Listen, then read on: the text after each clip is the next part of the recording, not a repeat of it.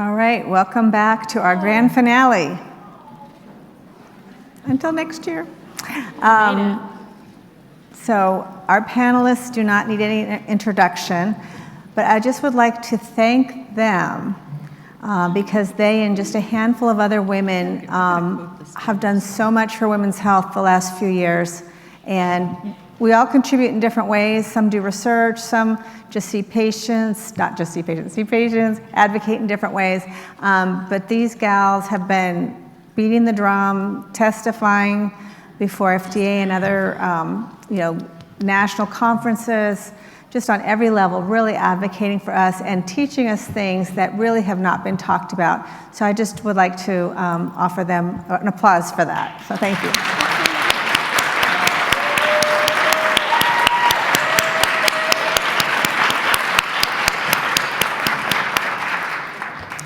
Can I just say for any students in the room or people at the beginning of their career, when that was me, people kept saying, advocate, advocate. You should advocate and get involved. And I'm a slow learner. I'm like, I don't know what that means. I don't know how to advocate. And now I'm like, I know how to advocate, right? So it's like, just keep showing up and paying attention to the world and go after what you're passionate about and don't be quiet. And the world will change. You know what the other irony is? Sorry, you know us, we might just take over. That's okay. The other irony is that we have 2 urologists and an orthopedic surgeon here. And the reason that's ironic is because sometimes in medicine, we're told to stay in our lane. In fact, I'm still told to stay in my lane. And this is my lane. So for the young people, right? What is your lane? We take care of human beings, so don't be confined. Anyway, blah, blah. Yeah.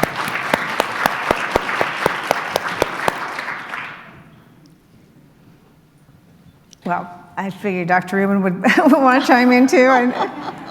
Can't get a word in with these two. I know, it's hard. We have so much work to do, it's unbelievable. And I think what has changed, I think a few things have changed. I think social media, with all of the negatives and all of the awful and the horrible things that it's doing, women are starting to support each other and connect and help and share. And I am not good at everything, and I don't agree with 100% of any of you. Definitely not 100% of what these two do, and I do not agree with 100% of what my husband does, what my family members do. None of us agree 100% with anybody. And the thing that I have noticed is that, are we all swimming in the same direction? The bad guys are actually out there, and the bad guys are doing nothing or hurting people. And so if you're not in the bad guy category, it's, can we be in the same team and look at this from different levels? Because I need researchers, I need social media influencers, I need advocates, I need data, I need people who can translate the data, and I am good at a few things, but there's a lot I'm not good at. And if I can have friends who do things, and remember I said all 1,700 of you are my friends now, and we can get so much more done. And so the removing, and medicine is a hierarchical, evil place that makes us try to hate each other. As a urologist, we're trained to sort of look down on other surgeons who like, when you start thinking about like what you're trained to do, like the turf wars that exist, you realize how it's all to make us quiet. And now we're not quiet anymore, and they cannot look away. So just realize that, like, if you're feeling that jealousy, or I'm not doing enough, or I feel like negative, or any of these things, like, just turn it into action. What can I do? Who can I help? How can I get involved? And again, look at what we've done this year with letter writing, with campaigning, with talking to Congress, with talking to the FDA, and again, the kids are watching us because they're saying, oh, look at those private practice doctors, like, be at the FDA, or, make actual change like it's normal. Let's keep doing that. I know a quote I have from you is be loud on social media. So I just want to encourage you all as well. That's why we were encouraging you to share this conference and other things on social media, however you feel comfortable doing that. But I think that's such a powerful tool, and you three really exemplify how we can use that for good. The WHI and the fallout from the WHI would not happen in a world that had social media. I truly believe it. Because in 2002, doctors still got their journals in the mail a week after the news broke. And then they read a lot. I went to the University of Minnesota in medical school. We sat around, we read the WHI, and we said, it's not that bad. It's actually a pretty safe drug. But the media took it, and doctors did not have a unified voice to say, it's not that bad, it's okay. Who is this still good for? The power of social media, as much like there's a lot of good from what we do, but we take a lot of heat, right? It's not what doctors do, right? It's very, very brave to speak your voice, to know that you're advocating for somebody who has less of a voice than you. But knowing that, I truly believe the WHI and the fallout for that would not happen now because we have social media now. Doctors couldn't talk back about what the media was saying back in 2002. As much as social media, there's a lot of big problems with it. Do not get me wrong. But there's a lot of power, and there's a lot of power to help the underdogs, to help the voiceless, and to help correct people in media, this just happened this past week, who misinterpret data. We have a role, and it's very powerful. This was really cool. There was a study that came out this week that everybody got all up in arms on social media, but it takes multiple steps. So they make this, a study comes out and says, oh, if you take hormones over 65, it's going to kill. The headline was very clickbaity, right? Medscape puts this ridiculous headline. The data was not interpreted correctly.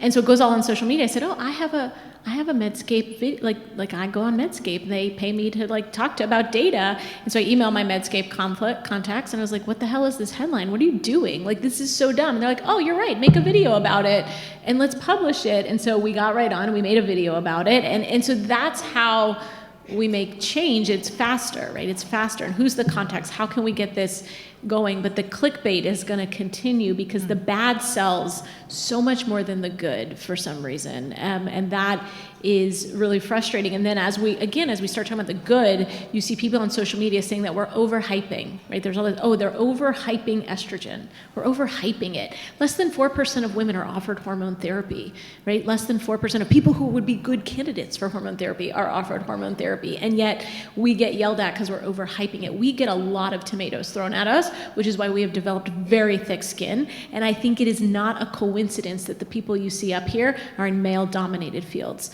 right? We are used to getting tomatoes thrown at us. We are used to being told we're a lot. We are used to being told to quiet down or to do something, and we still get loud anyway. And so, but we need people in every sort of space. If you're in the ER, please, I need you. If you're a dermatologist, I need you. If you're a neurologist, I need you. An endocrinologist, we need you. And I think the misogyny of GYN as a specialty that we decided that they're the only ones who can do women's health, right? Thank you for what you do, gynecologists. You are the most incredible, overworked, underappreciated people on earth, right? You deserve help. And I think that's why we've been successful, because we see how the men get treated every day, right? And it is such a difference. So I think we need your help because we're drowning. There's a really good way to control women. Keep them afraid. Keep them afraid. Because nothing wants to keep you in the cave more than if you're afraid. And we do that all the time with our clickbaits and our headlines and our uncertainty. We don't have enough data about testosterone yet. Could it be safe? Are you kidding me? We've got tons of published data. We give people 10 times the male dose. We've been doing that. We have a 50-year safety data on that, on trans men. But we use this fear to try to keep you where you are. Once you see that, though, you're like, oh, I see what that is. That's fear. Oh, it's a clickbait. That's fear. Okay. Is it true? Is it true? Right? Because once you see that, it just kind of helps you filter things a little bit better.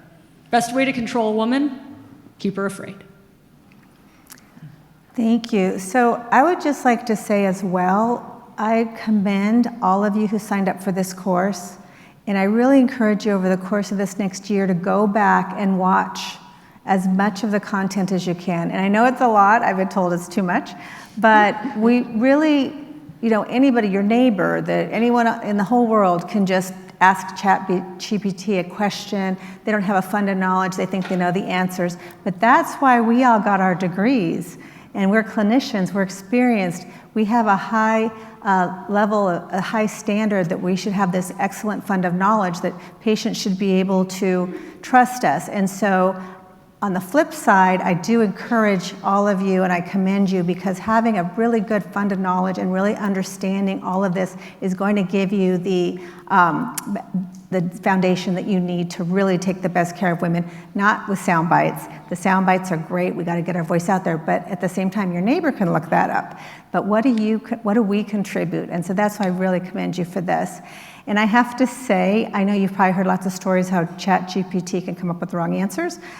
So we have to do in internal medicine these knowledge assessments every few months, and it's open book. So I decided to let open evidence try and help me with my questions, and they were all wrong. It didn't help me at all.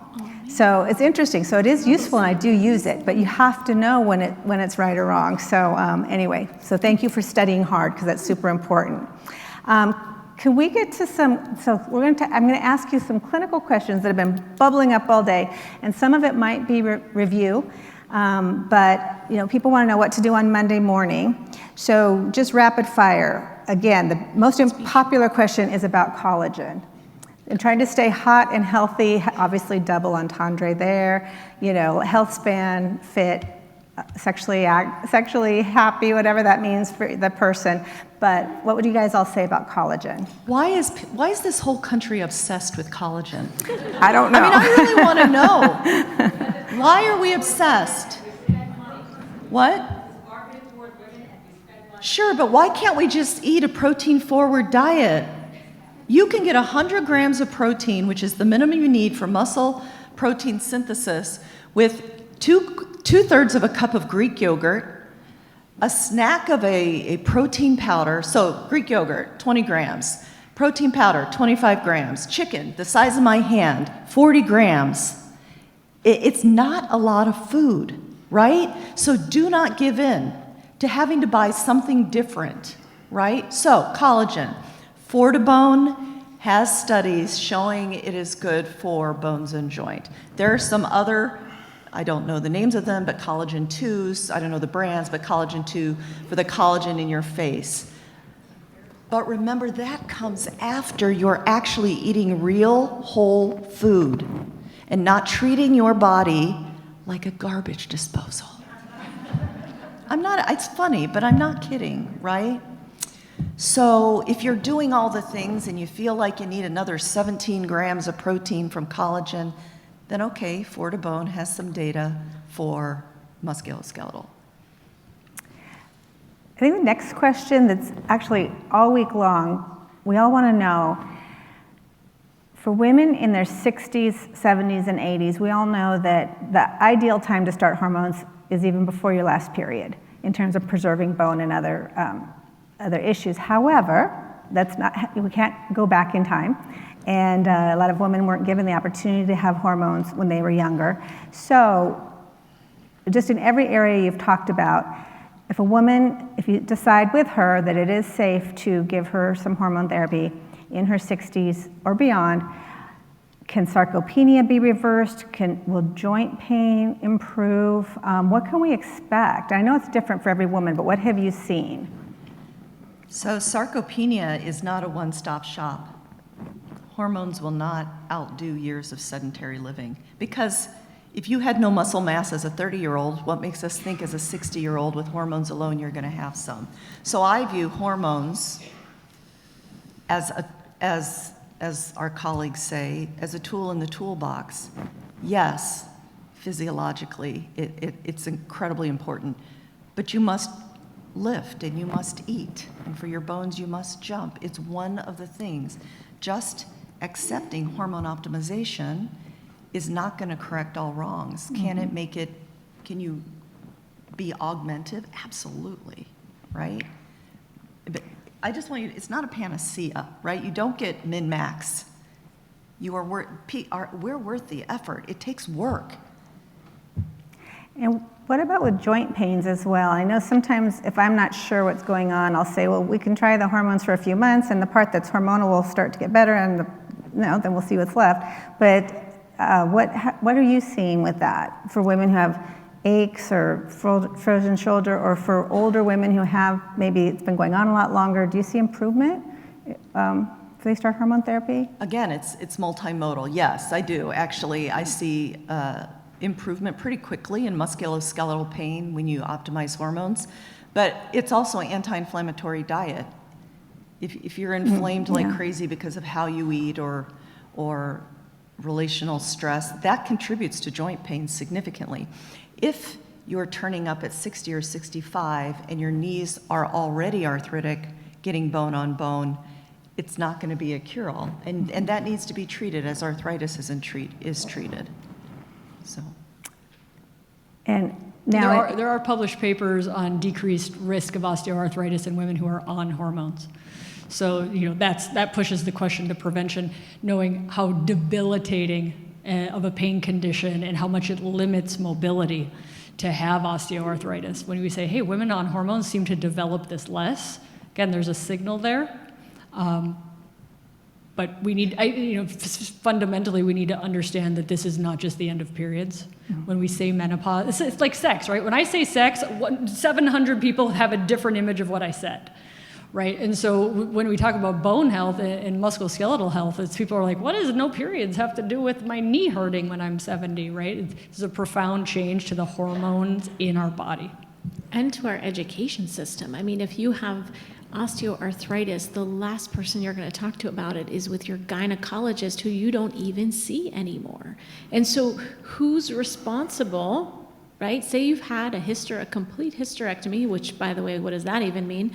But if you've had, right, or you've told you don't need pap smears anymore, and you get your mammograms with your primary care doc, like, who's going to even welcome that conversation? And that's the fundamental shift, is why do the doctors who treat inflammation and fibromyalgia and musculoskeletal symptoms, why don't we teach them anything about hormones? It's getting to the point of ridiculousness, actually. And that's the part that's so frustrating. And again, you're part of that change. But we need you to write the prescriptions. Like, this isn't just great information, see you next year. This is, let me start to dabble. So if you've never written an estrogen prescription before, don't start it in the 75-year-old with cardiac disease, okay? Like, don't. Those are ones that, like, some of us are feeling more and more confident and starting to play and starting to tinker and have shared decision-making conversations. Don't let that be your first patient, right? There are enormous numbers of patients who are, I have thousands of people on a wait list that are 52 with hot flashes, night sweats, and pain with sex that need 4 prescriptions, and they shouldn't have to wait on an endless wait list or go on a telemedicine platform. Like, they should be able to do that with their primary, with their general gynecologist, with their orthopedic surgeon, with their PM&R doctor, with their neurologist. Like, it should be a discussion. So, can I just add, because a lot of people that I've met today are primary care doctors or ER doctors or lots of primary care nurses. You don't have to become a subspecialist in complex hormone management. Let me tell you how I do it. I am a fellowship-trained orthopedic surgeon. I'm a tertiary surgeon, academic. I take care of the worst orthopedic injuries, right? I am the person the doctors refer to for orthopedic surgery. When it comes to hormone management and what I am currently comfortable doing, I'm a generalist. I'm going to do all the assessment. I'm going to know risk factors. I'm going to have an educated risk assessment. And then if I feel like a woman's history is very complicated or outside what I feel, I call in a subspecialist in my network that is a hormone subspecialist, just like you would refer like that. So we're not saying that if you're just starting out, you have to treat the highly complex, really nuanced, unless you are. Are you going to disagree with me? No. Yeah, it's okay if you do, we're friends. But I just think that's a way to make you feel more comfortable, because it can feel like a lot. Because obviously, this is not my primary training, but over the last 5 years, I've become very well trained in it, right? So that's just an You know what's approach. super cool? Someone came up to me in the hallway just now, and she was here last year, and she loved it so much she came back again, which means all of you should come back again next year. But it was so cool because she said, I learned so much. I am so confident with estrogen and progesterone prescriptions, so confident. And I heard you last year, and I heard you talk about testosterone. I even watched you put testosterone on yourself on stage. That was badass. She didn't say that to me, but I just added that part. And she said, it's been a year and I haven't written a prescription of testosterone. I'm too scared. I said, what are you scared of?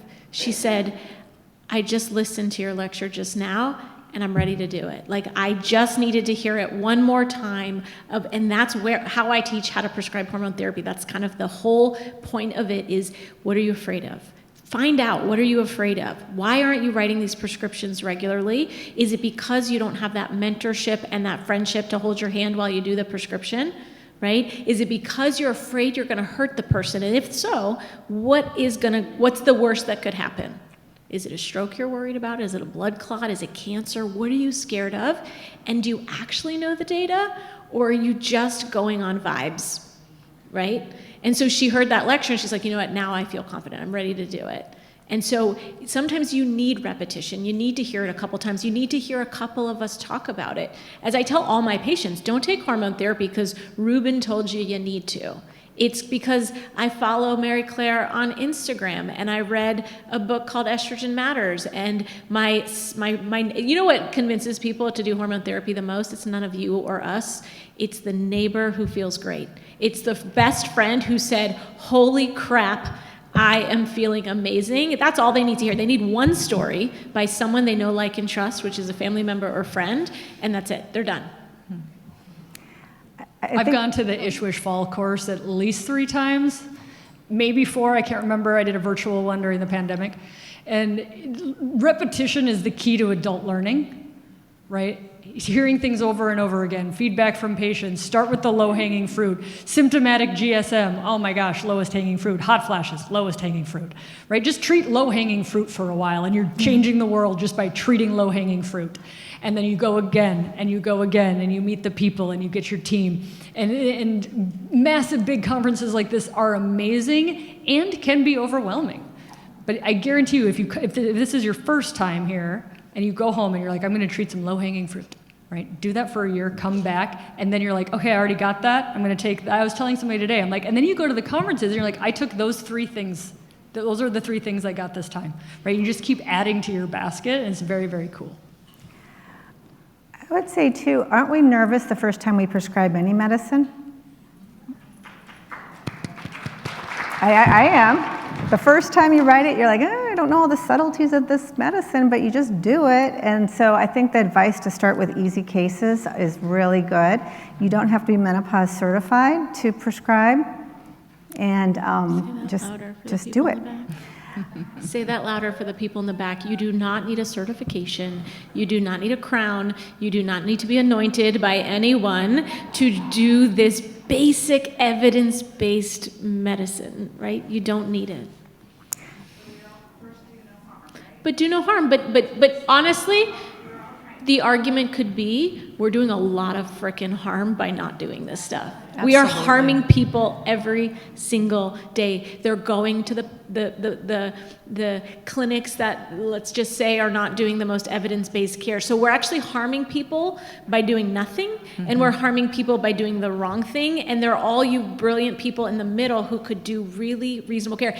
And again, I didn't realize how much fame I could gather and how much good care I could give by just telling people, well, this is a data-free zone. You wanna, let's talk about it. What do you wanna try? And let's work together to figure it out. Here's what we know, here's what we don't know. If new paper comes out next week, guess who, 10 people are gonna text me about it, and I'm gonna have to make a video about it, right? So we are in the know, and so patients get that. They know you're not ChatGPT. They know you don't know everything. Showing that humility of I went to this conference and I heard these crazy women speak about all of this stuff and I learned this, this, and this, and they're gonna be like, oh my God, you met that person? I follow her on social media. These are shared, we're human. Your patients are human and they want you to be human too, and that's actually what makes all of you such great doctors, is you're human, and that comes with, you know some stuff and you don't know some stuff, and you can learn new stuff.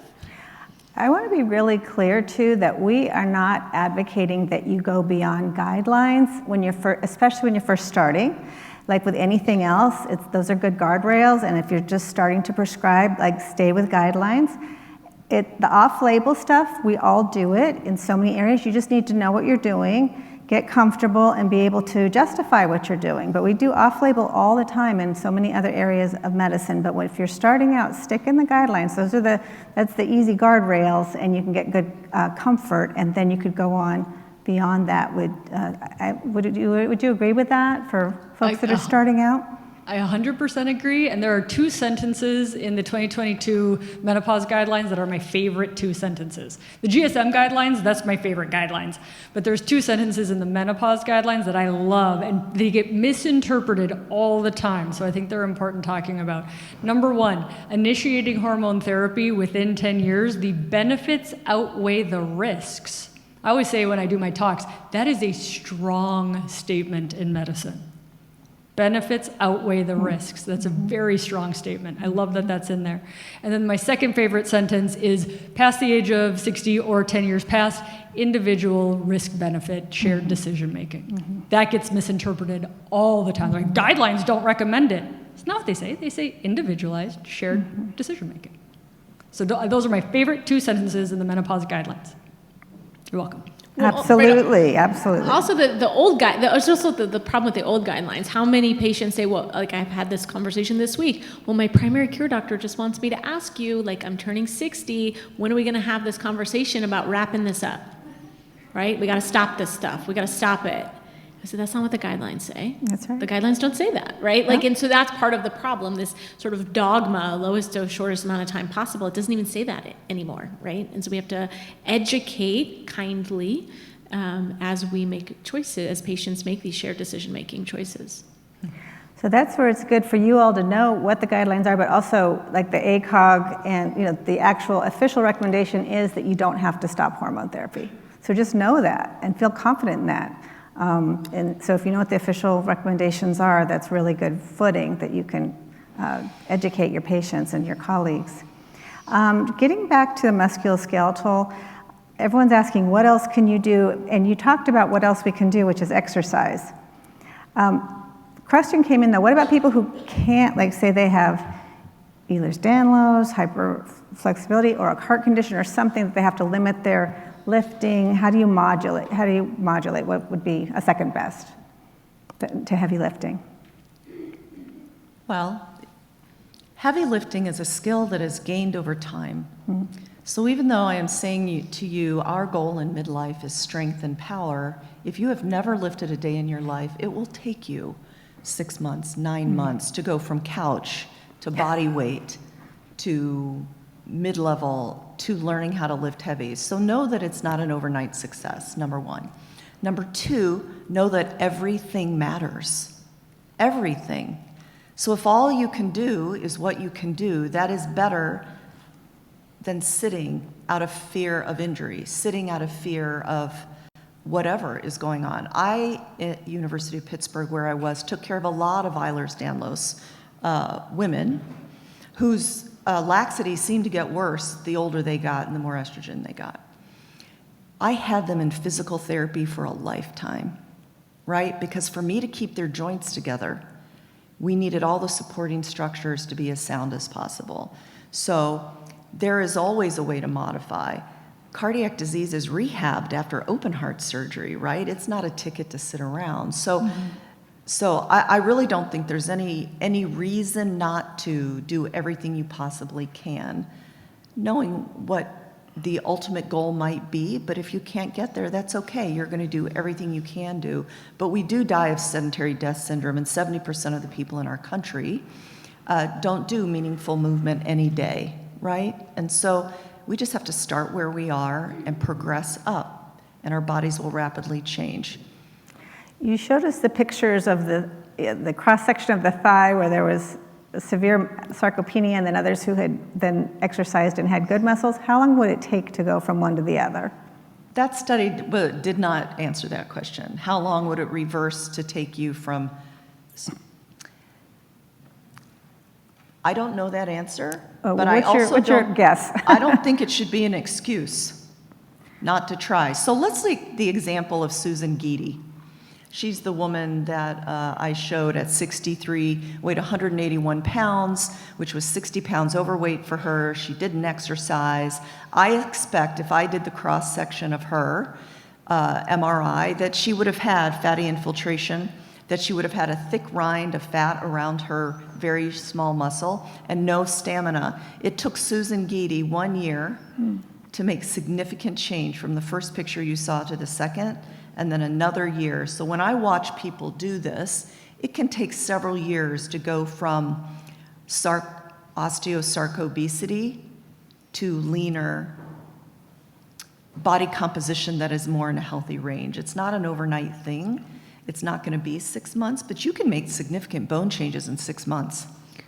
Do you think we can get that data with all of the self-cash pay MRIs that are being done by people wanting to find every incidentaloma they can? That's interesting.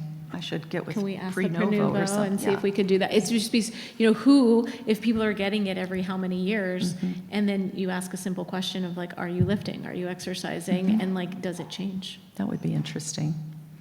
Susan Guidi is Kiki Mouse Gets Fit on Instagram. Yeah, you should go look for at her. anybody who wants to follow her. Another great inspiration for older patients is Train with Joan. Train with Joan. So Train with Joan so she was about 73, right? Her daughter was a fitness instructor really in the fitness world and basically got to her mom's house and her mom was on multiple medications, couldn't make it up a flight of stairs and was like, oh my Lord, my mom's gonna die, I need to save my mom. So she takes her mom and she brings her to live with her and she starts training her. And you will watch, if you Train with Joan on Instagram, she now has a Lululemon contract. Wow. And she's 80, right? And when I talk about the biopsychosocial of sex, there's a biopsychosocial of women's view of, oh, if it takes too long, it's not worth it. I'm too old, I'm too blah, blah, blah. Like, we have a biopsychosocial of getting fit. So surround yourself with people who've done that transformation. Train with Joan, like, I will watch her transformation videos like over and over and over again. It is never too late to make a difference. And it does, it's lifestyle, right?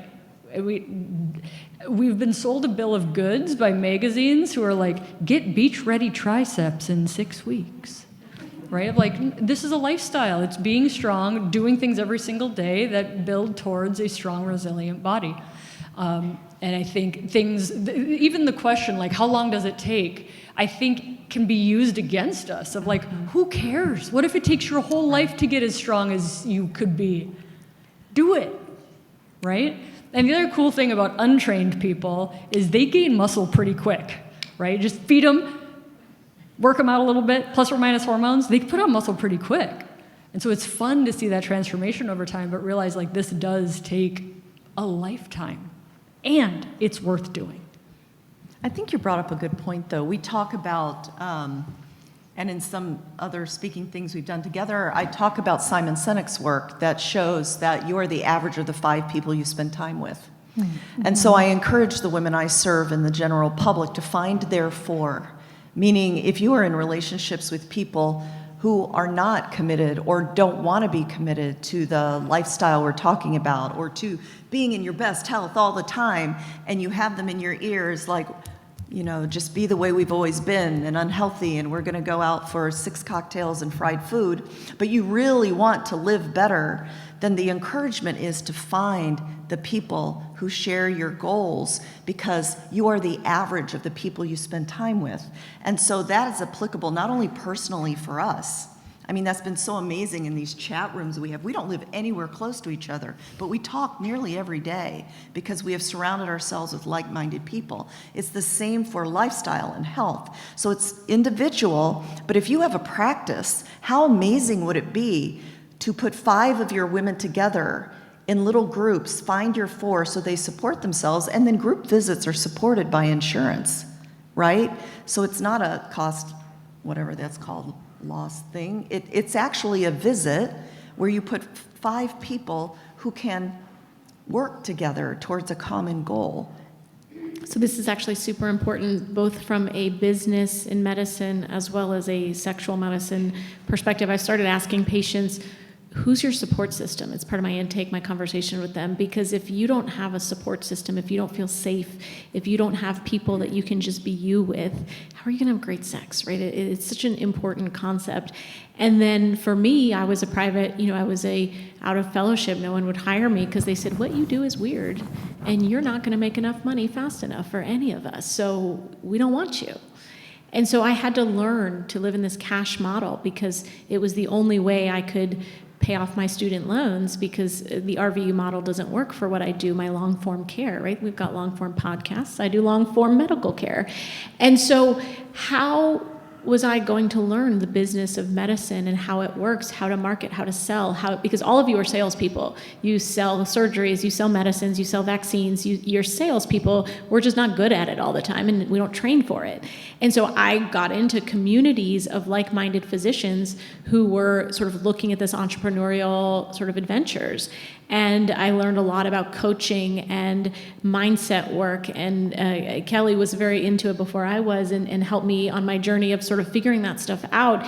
And when you surround yourself with people who support you, who love on you, who want to share, like, your wins are their wins. It's not bragging, right? It's not, oh, look at her, she's bragging. It's, oh my gosh, she's on this podcast. I know her, I'm going to share this. That changes your brain. And your brain is the baseline, like, it's kind of weeds, right? Just like if you don't get your garden and actually work on it, it's going to be weeds, and that's how the brain, you have so many negative thoughts. I'm not good enough, I'm not smart enough, so I'm not published enough, and you will find I'm not skinny enough, I'm not this enough. So surround yourself with people that, like, help you see the good parts, and it's a constant daily work. Right? This is why all this motivational stuff actually works. The self-help stuff actually works.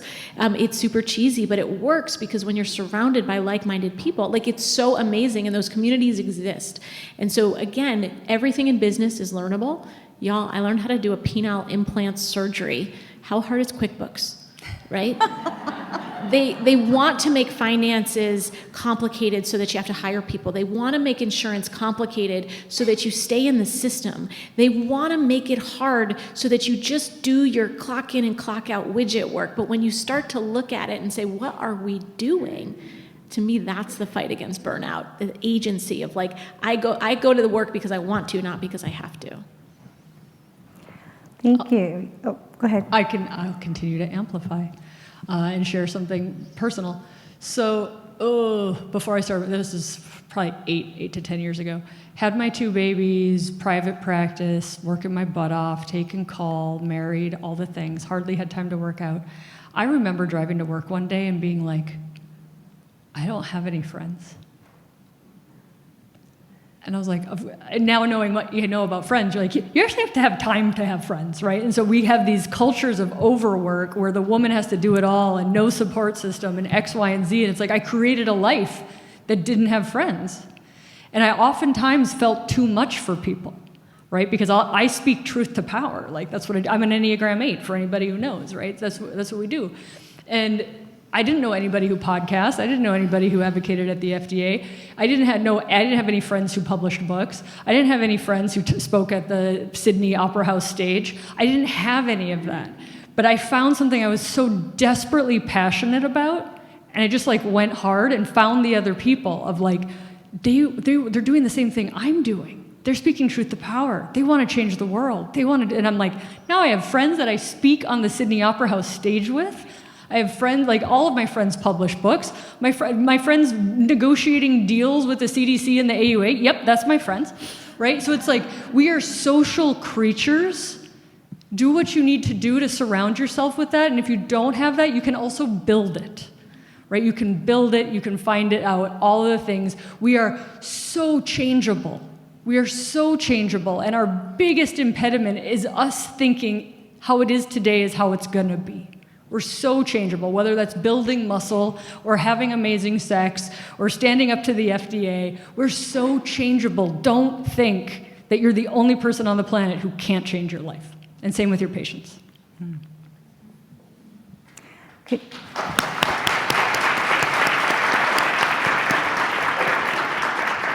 And then can you just repeat the mindset of, as we age, that we're going to keep getting better and we're going to keep growing, right? Rather than... It increases your mortality by 50%. if you perceive aging as a positive process, research backs that up, that I presented this morning, right? It's your perspective on the future. That's amazing. So just to close on the estrogen hormones for now, and I know probably if you're sitting here all week, is probably still feeling like, oh my gosh, but we still need more guidance. Well, just start doing it. And I just have to say one last thing too, is the main reason we give hormones is to make people feel better as well. So even an older woman, however old she is, I always tell them, if they already feel great, let's see if we, see how you feel on these. Most women feel really better on them. So anyway, but let's switch over to testosterone. So many questions. And this has to do with hormone therapy as well. Do we know what levels to shoot for? And when do we, let's talk about estrogen and testosterone. When do you measure levels? What levels are we shooting for? When do we draw the levels in women? Can you give us some guidance on that? So when I teach this, I do a lot of logic, right? There's the guidelines, then we have to use logic, and we have to think through, all of them. And so when a patient comes to see you and says, please check my hormones, please don't shut them down and yell at them and tell them that that's not guideline driven. Because it's true, the guidelines in the book says never check hormones at all, which is actually not true. The guidelines for testosterone say check a total testosterone. So it is guideline driven to check a total testosterone. Now, if you have someone who is flatlined and fully menopausal, you check your labs, her estrogen's gonna be essentially 0, right? Less than 30. And so for me, I like checking it to validate patients to say, look, you're empty. Here are the labs, you're empty. Here's your total testosterone. Now, if we've decided to give you some gas, we can actually see what our medicines are doing. And when you use what we call bioidentical or estradiol, all testosterone is bioidentical, you can actually see the numbers go up. And it helps if your patient still has hot flashes and she's on a 0.1 patch and you do her labs and her estrogen is less than 30, the math is not mathing there. She's not absorbing, right? And we know that not everybody follows the book. Just because you give them a dose doesn't mean that's what their body does. So I love labs. Every other endocrinology field, we use labs. And so this should be no different. And so, yes, there are times to get labs. When you're in perimenopause, again, I do a lot of teaching how to prescribe in perimenopause because you have to know, if you're going to get labs, you got to know where do you think you are in your cycle when you get the labs, and what are you going to do with this information? Because if you get labs on day 2, and your estrogen is 6, and then you get labs at day 18 and your estrogen is 300, well, going from 6 to 300 back down to 6 hurts. And sometimes your patient seeing that is medicine, right? And so there's always or never, you can't do something. Just take a step and say, what's the logic behind this? Why are we getting this? Sometimes there's good data, sometimes they're not good data, but that's my take on labs. And I think labs are helpful also to follow along the story. They don't make decisions for me, but I use the thinking before I order the labs to help me think through a story. So if I get labs that come to me, I have to know it in context. And my staff, I have all these pre-meds who are my medical assistants. It's amazing. And they write out the labs and they tell me what medicines the patient is on, and they tell me the story. They say, this was day 3 of this perimenopausal patient's cycle, and she is bleeding, and this is, this is what she wants to know with these labs. And they use their brains, they're way better hormone doctors than most of you, and they use their brains to answer the question. And that's where it's so sexy to have that thought process instead of just, oh, you're normal, right? So use labs. Labs are great. They're not the whole point though. This is Casperson's 3-point model for this. And I tell all of my patients this. I like simple stuff. I think in flowcharts, right? How do you feel? Do you have any side effects? What are your labs? And then people are like, yeah, but what are the labs? How do you feel? Do you have any side effects? What are the labs? Labs come third for me in the other two. And hormone labs aren't like kidney function. Right, your kidney function needs to exist in a very narrow window. Most humans are built that way. We all have the Toyota of kidneys, this is the window, right? Hormones are different. They change, sometimes by the hour. It's gonna be fascinating when we start getting the continuous glucose monitor of hormones. We don't know what to do with that data. We're not far from but it's coming, right? It's gonna be interesting. But people are gonna, they want us to be flatline like a kidney function lab. Like if I draw your testosterone 4 times today, it's going to be all over the map. It'll go up after you work out, et cetera, et cetera, et cetera. So how do you feel any side effects? And what are your labs? That puts the burden on you to know how to interpret the labs. But the labs are only as good as when it was drawn. When did you dose your hormones last? All the things. There was a paper that literally just came out, and it was looking at women on androgel. So you can get testosterone gel in a canister, and you can do a half a pump or a quarter of a pump. Some people do it daily. Some people do it every 3 to 4 days. So a paper was just published looking at labs in these women. The too long didn't read is it's all over the map. All over the map. In multiple places in this paper, the authors are begging for a female dose testosterone so we don't have to do what we're doing with the product that we have, right? But the labs are all over the place. But they said none of these women have androgenic side effects. And you've got this stew of different lab values, right? How do you feel? Do you have side effects? And what are your lab values in that order? But you see a lot, especially on social media, or especially with the cookbook medicine of like, I'm gonna hear all the time, a woman's like, they stopped my testosterone because my lab came back at 50 or whatever, make up a lab. They stopped it. Did they ask you how you feel? Did you have any side effects? Then lab values. Labs are not written on golden tablets. They are infallible. If the lab doesn't make sense, recheck it. Right? It is not set in stone or gold. And some women do better at higher lab values. We've got some published data on that, right? But then I have to prep them, and I have to be like, if there's a doctor that's going to look at these labs, I need you to be able to defend this because this is where you tell me you feel good. Right? Know that this lab is going to be flagged as high, but we're making a decision to do that because if somebody comes in and they're like, whoa, I need my women to be able to defend the healthcare that they're on because that's where they feel good. Now, that's not in a guideline. That's just kind of expert experience. It's funny because for trans women, we say, like the guidelines say that they want estrogen over 100.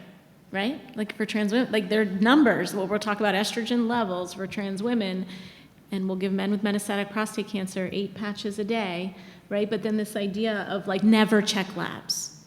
What? Anyway, sorry. So a lot of women do come in now, in their 40s and 50s wanting testosterone. I'm more than happy to give it to them if they want it, but I think for a lot of them, they'd say, I've heard that I should take this. I don't want to try to force them to say they have low libido if they don't, but they sort of take on faith that they think it's good for their body, it's supporting their body. I realize it's off-label, but what do you all think? It's off-label anyway because it's not FDA approved in women, but what do you guys think?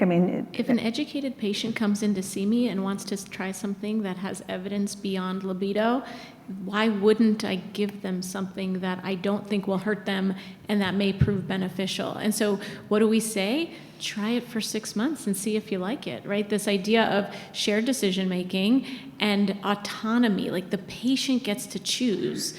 I give her the menu, she makes the choices, and I help guide her on those choices, and we talk about pros and cons, risks and benefits, data we know, data we don't have. So the idea that they have to come, this is actually why there are a number of testosterone companies who've reached out that want to try to go for FDA approval. And the question is, do they go for low libido, HSDD, or they go for a different indication? And I'm praying, I don't know what's going to happen, the story isn't written yet, but I hope that it's not for HSDD. And because then every drug you don't prescribe drugs for HSDD because you've decided you're not sex doctors, right? You're going to change that on Monday, right? Because there are drugs for HSDD, but nobody prescribes them because nobody wants to be the sex doctor. And so this is where I think, yes, of course I would prescribe it. Dr. Casperson? 1/3 of medications in this country are prescribed off-label. 1/3 of medications in this country are prescribed off-label. So let's not lose our ever-loving mind when we're like, but not testosterone, the thing that your ovary naturally makes that we've been giving women for 80 years. Like, let's not lose our mind over that. What do you think we're afraid of with testosterone? There was no WHI about testosterone. I mean, I don't know. What do you think? Bias. I think it's 'Cause gender, it's a I think it's male gender hormone? bias. It's a 'Cause male. it's a If male you hormone? Google testosterone, Google says it's the male hormone. It's like 2 paragraphs or 3 paragraphs down where it's basically like all bodies make testosterone. But this is a significant miseducation, uneducation, re-education. Like there's so much That work, requires your DEA license. which requires a freaking DEA. Thank you. Two-factor authentication, Vonda. I know. I prescribe Two-factor. it. I know. 2. Yeah. It's onerous. And now, painful. and then what do? Do I send you to Walgreens where that pharmacist is uneducated, will ask you what your plans are with this in the middle of a public place? What if you live in a part of the country that will, the trans policies, like people, we've had this happen, right? Where people and the pharmacists say, well, you can't have this, you're a woman, this is not for you. We actually had someone send me a picture this week that had the prescription said exactly the 0.5 mLs daily on your calf. So it was a perfect description on the SIG. And a big handwritten thing by a woman pharmacist that said, did this doctor show you how to use this medication with 10 exclamation points? Testosterone is not a feeling, but there's so much feelings around this. Well, thank you, because obviously I think all those things are the reason why people are afraid to use it. And it's also, again, if we've never prescribed it, I mean, I prescribe it, but I'm just saying if you've never prescribed it, and all of the things you just mentioned are huge barriers. And the other big point, as you said, is our bodies are used to this. All our lives since puberty, we've had these really high levels of estrogen and testosterone. Our bodies like it, they're used to it, it's natural. So unless you're going to super mega doses, I don't see where you'd harm somebody, but. And even the question, people are like, well, you know what, testosterone only works because it just all gets converted to estrogen. That's a sign of ignorance and miseducation, because when you were having cycling periods, you had more testosterone than estrogen, and it didn't all just convert to estrogen, right? So it's like the testosterone just has so many. Again, I love rooting for the underdog, right? I'm an Enneagram 8 for people who know. So it's like, man, testosterone's such an underdog, but I've talked to a lot of you here this week who are doing it. You see the benefit of your patients, you know it's safe, but you don't feel supported in your communities. And to that, I say, we're early. We've been giving, this is the sad part, we've been giving testosterone to women for 80 years, and you're early on this. We need an FDA-approved product. Number one, insurance covers what's FDA approved, but it'll blow the door open on this conversation. And the fact that this conference is willing to even talk about it, because we're so early, even though we've been giving women who want to be trans men 10 times the dose for over 50 years, and it's safe. And we've been giving women testosterone for over 80 years. The paper that Dr. Rubin showed on her slide, Dr. Trace showed it. In the 1940s, there was a paper that said, at this time, we feel like we have enough evidence and enough safety data to support the use of testosterone in women. That paper was written in the 1940s. So when I see, like, it might not be, do we know that it's safe? It's like, oh, what Dr. Blooming said yesterday, it's like history, we continue to not learn from it, right? It's like, oh, we've got a lot on this one, but we're early. It just makes me wonder, because you've both said that we give 10 times the dose to trans people. Well, does that mean we don't care about them? We don't care what happens to them? They want something, it doesn't make sense to me. No, we study it regularly. We have This is a like good gender-affirming That's care, what I right? mean. To your Like, don't we safety care data about published. people? Yeah. So in I trying don't to protect women, we're actually hurting them. We are all hurting them every day. We don't mean to be, we don't want to be. This is why you're here, is to just ask these questions. And I actually think with this early thing, I actually think there's never been more hope in the world, because the FDA removing that box labeling is doing a few things. It's because you would prescribe before, but you had that box label that was really looking you in the face, and that's not really in the court of law. That doesn't look good. It's gone. It's gone. So now we get to actually have all you researchers out there listening, do the damn studies because women are going to show up and participate, right? There is a new dawn happening where we're going to get more testosterone research. We're going to get more estrogen research because the WHI shadows are no longer lurking in every corner showing us that we can't do this. So I actually think in trying to help women and save women, we've been harming them for many, many, many decades. And so we are early, but also the labels just got changed. They're not even all done yet. Right? They just got changed this year, so y'all are right on time. And thank you to Harvard for being early in really advancing this part of medicine.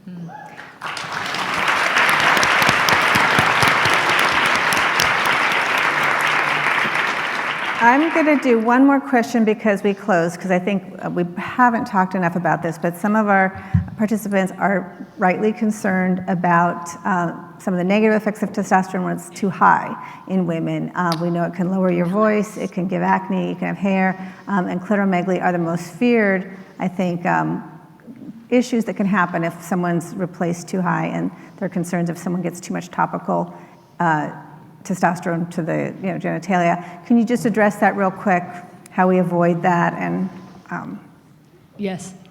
Start low, go slow. Start low, go slow. The body hates drastic change. Hair hates drastic change, right? Start low, go slow. I remember I said there is actually a menu, right, of options. Don't start with the highest dosed, irreversible, longest lasting option. Right? pellets. Who is that appropriate for? Remember, we have FDA-approved testosterone pellets for men. It's not that pellets are inherently dangerous. We have them. Insurance covers them for men, right? So, but who? I always say, earn your pellet, right? I have a woman who's been on it for a while. She tolerates a higher dose. She's not getting side effects. And Dr. Casperson, is there a way that I can just like plug and play, right? But how we're actually handling it in America, I truly believe, because our medical system is not caring for women, so they're being pushed to people who are saying, I have one way to do this. I have one menu item, right? It's like us caring for women, starting low, going slow, learning how to do this at reputable places like this is actually really, really, really helping women.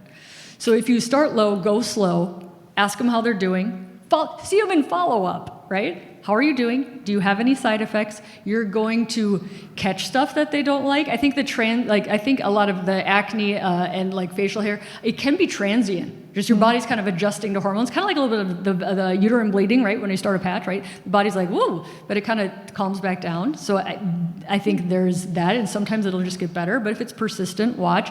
If you have a person who's paid because of their voice, be very cautious in that person. If you make your money from opera singing, number one, your voice changes in perimenopause and menopause. We know that. When estrogen goes down, voices change, right? But I would be very cautious in that person about going high on testosterone. If you make your money from your voice, know that.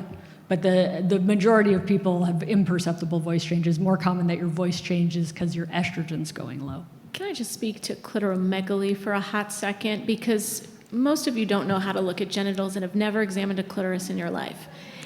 Birth control causes shrinkage of the clitoris, and none of you talk about that as a side effect when you prescribe birth control. Why does it cause shrinkage of the clitoris? Because it stops your ovaries from producing testosterone and it doesn't add it back. Yet no one's studying it, no one's looking at it, no one is warning women that their clitorises are shrinking. And so adding testosterone is probably not causing clitoromegaly. It's probably restoring the health of the clitoris to what it was always meant to be. Meanwhile, 23% of those people, you can't even see the whole clitoris because they have adhesions and none of us are looking. No man has ever come to me saying his penis grew and he's upset about it. And so this question about does clitoromegaly, now don't get me wrong, if we give 10 times the dose of hormones and we are transitioning someone, the data shows that it's going to take at least 6 months to start to see changes, and you can grow a pretty significant size clitoris, so big that sometimes it can penetrate a little bit. Look, so that is true. That's 10 times the dose. I'm not giving 10 times aspirin or 10 times birth control pills or 10 times anything. So this idea of, I'm too scared of clitoromegaly, have we asked the women whose clitorises grow how it feels for them?